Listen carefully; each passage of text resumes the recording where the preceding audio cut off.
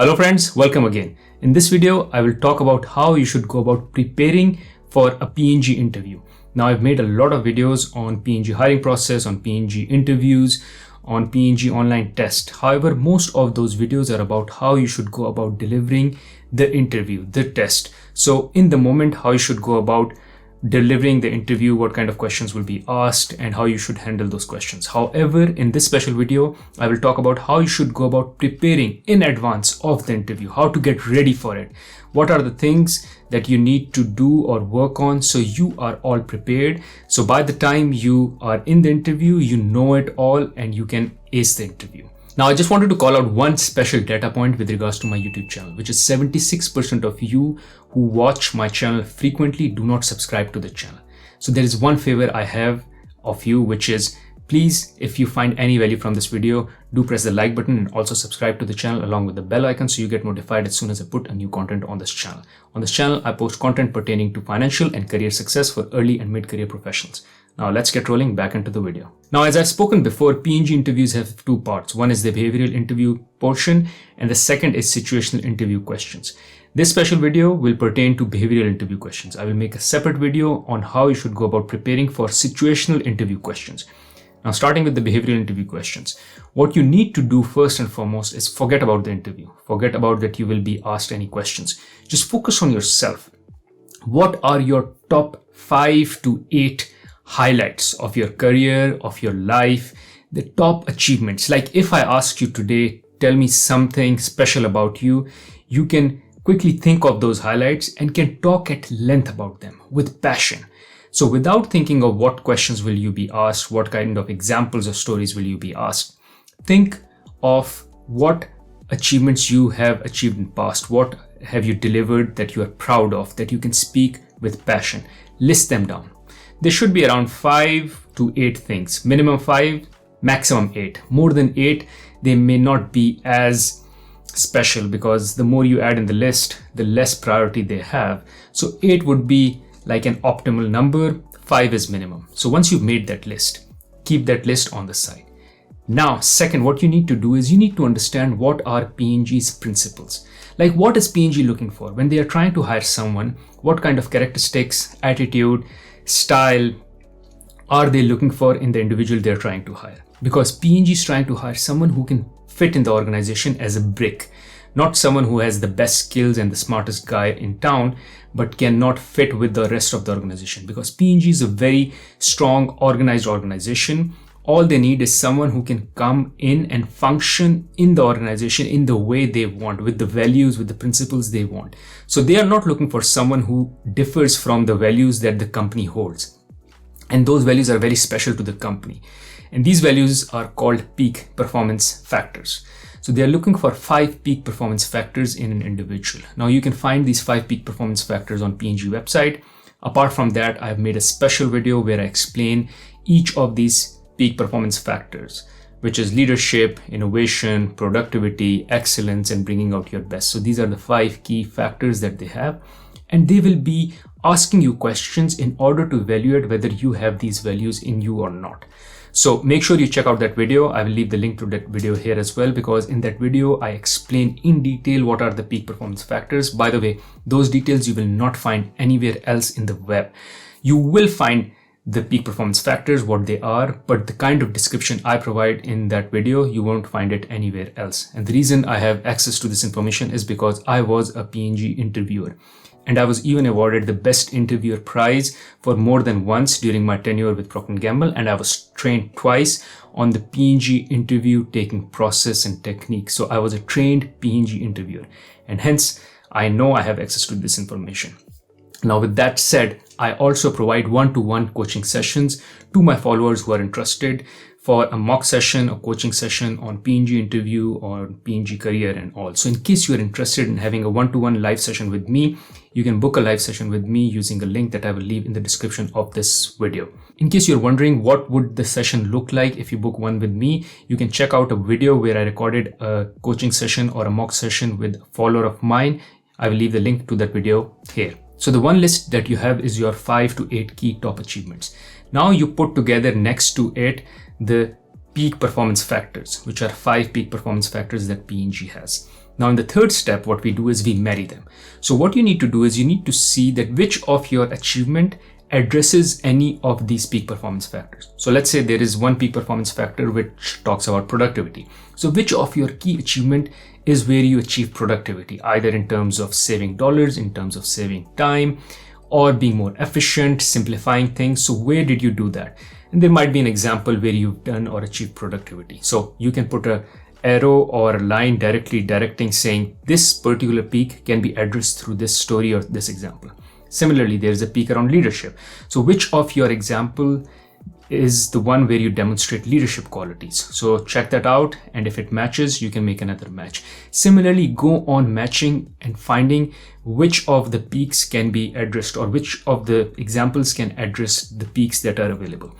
Now, for the most part, you should be able to address all of those 5 peaks with your key examples that you have, the top 5 examples.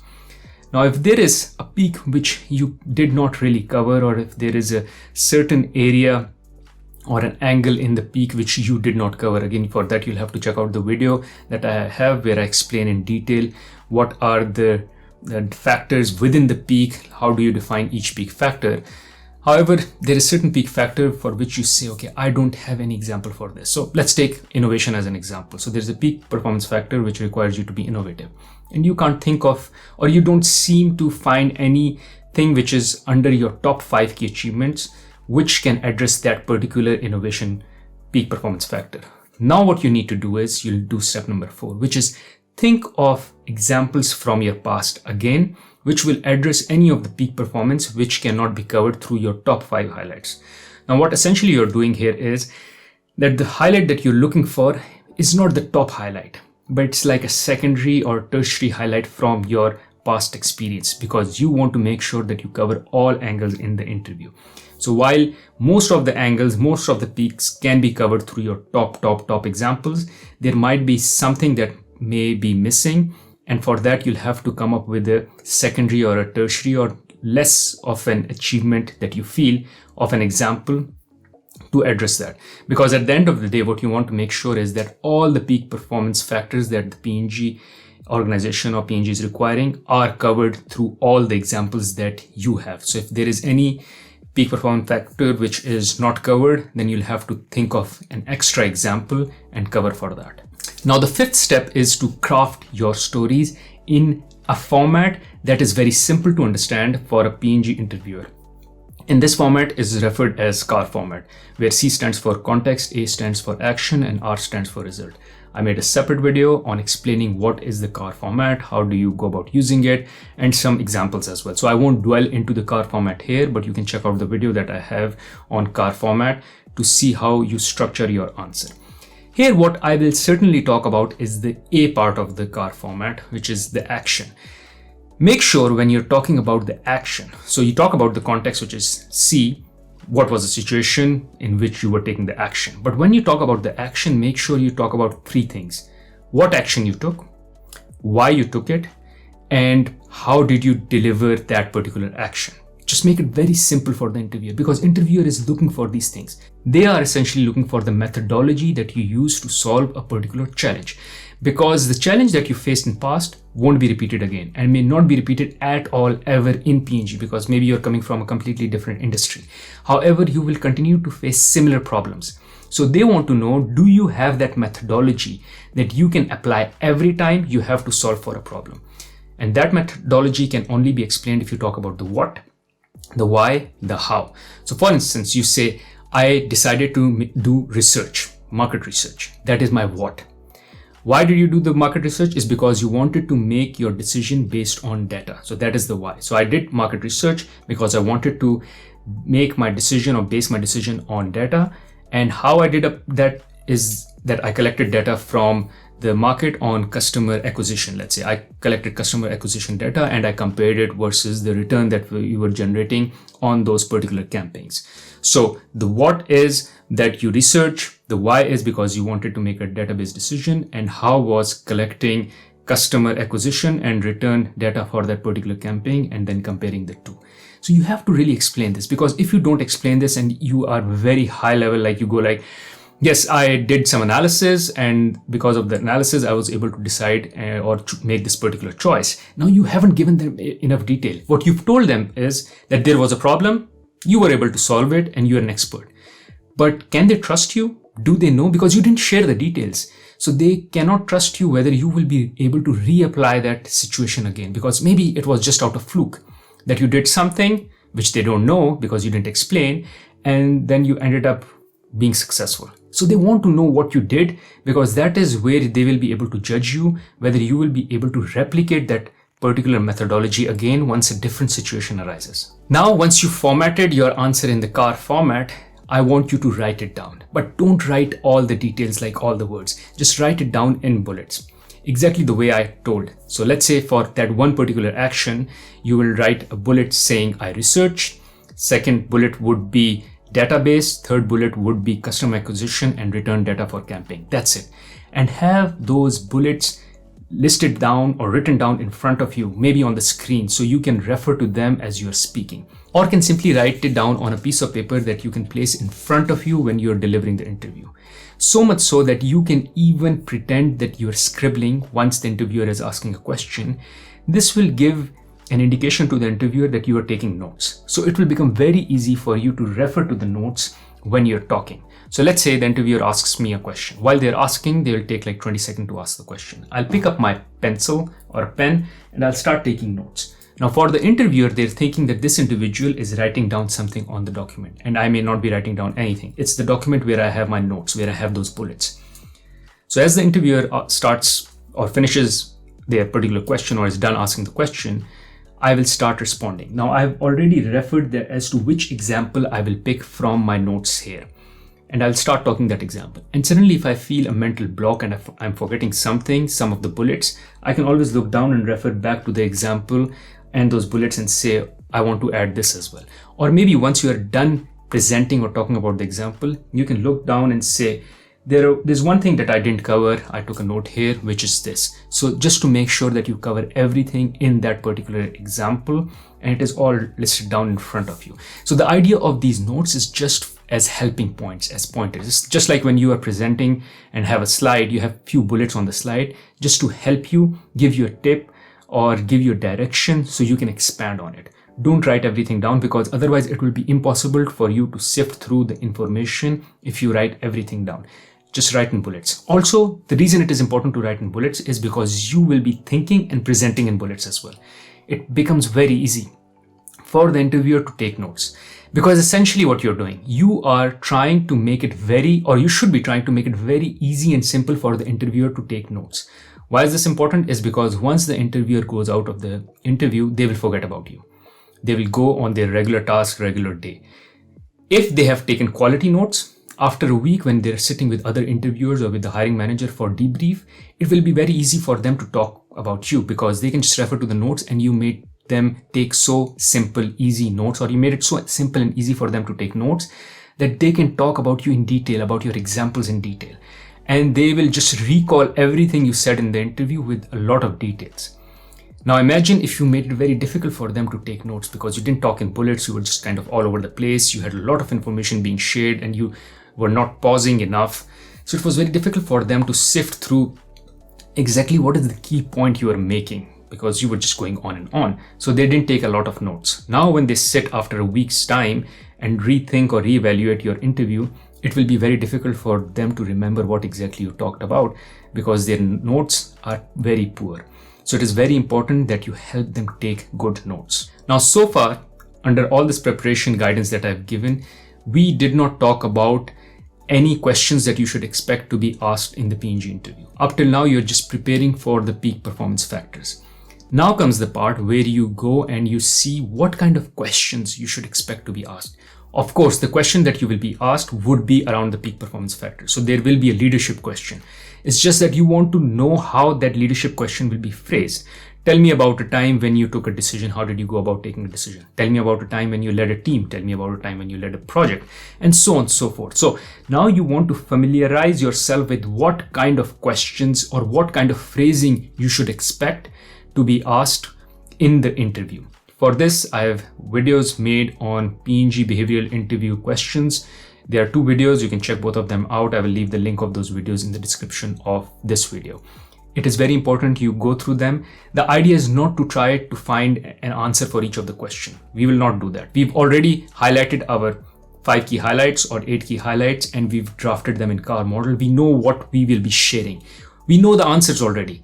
It's just that we are looking for the questions in terms of their phrasing. So how will the question be phrased? So I'm familiar that when they ask me about decision making, when they ask me about led a project, led a team, I know it's a leadership question. When they ask me about a time when you came up with a new way of doing something, it is about innovation. When they ask me about a time when you were able to simplify work, this is about productivity. So you just want to make sure you can link the question to the peak, because you have an example and story ready for each of those peaks. So that is why it is very important to go through those questions and just familiarize yourself, like go through those videos once, twice, thrice, because I share all the questions. Maybe write those questions down as well, just for you to have those questions drafted in your kind of memory. But the idea is not to memorize them. The idea is just to get familiar with the questions. Apart from that, there are also some non-typical questions that you might be asked in a P&G interview. These are like, why do you want to join P&G? Why are you leaving your current job? What are your passions, hobbies? Just for them to know you better, some curiosity that may be piqued from your resume, because you might have changed jobs a lot, you might have changed countries a lot, or some experience that you have in past which just piques their curiosity. So it is important to have some idea around those questions as well. Again, don't memorize those questions. Don't memorize the answers to those questions. It will just come naturally. These are questions which are typically even not graded. It's just out of curiosity that the interviewer is asking, but you better have a good answer for it. So I've made a separate video where I talk about what are the non-typical questions you should be expecting in a P&G interview. Certainly, there won't be questions like, tell me about your weakness or strength. That is a very, very, very, very rare occurrence. So that is why I have a separate set of questions, which are non-typical questions that you should be expecting, or at least be prepared to be asked in a P&G interview. So for that, check out that video, for which I will leave the link here. Last but not the least, practice, practice, practice, practice, practice. So again, I have made a separate video on how you should go about practicing for any interview. So do check it out. But essentially what you need to do is just run through it. Assume you're sitting in front of the interviewer and as if you are presenting to them. So practice the way you will deliver each of your examples. As I said, I do offer one-to-one sessions, live sessions, where I do a mock session. By the way, I will leave the link to how I run a mock session here, where I have a sample mock session which I ran with one of my followers and I recorded it. You can check it out here just for you to have an idea. But essentially what you need to do is you need to practice. So maybe you can record yourself. Maybe you can ask a friend or a family member to sit in front of you and ask the questions that I listed down in my interview question videos, and tell them to ask those questions of you so you can respond in the way you've crafted your answers. Make sure you practice, because this is the most important part for you to deliver a good and strong interview. Other than that, you're nervous. I know you're nervous, but you need to calm down your nerves. And for you to calm down your nerves, one practice will help. But other than that, I have some other techniques which I call out in one of my videos as to how you can calm down your nerves and be more ready for the interview ahead of the interview. So you can check out that video here as well. I will leave the link for that video in the description of this video as well. Anyways, thank you for watching this video. That is all I wanted to cover with regards to how you should go about preparing for the P&G behavioral interview. Hopefully this was helpful and will help you prepare better for the upcoming interview that you have. Now, in case you found this video helpful and valuable, there is another video on my channel which I'm sure you'll also find valuable, where I talk about how to go about answering a question around your failure. You can check out that video here. Other than that, there is another video where I talk about how to go about answering a question around conflict resolution. You can check out that video here. Thank you.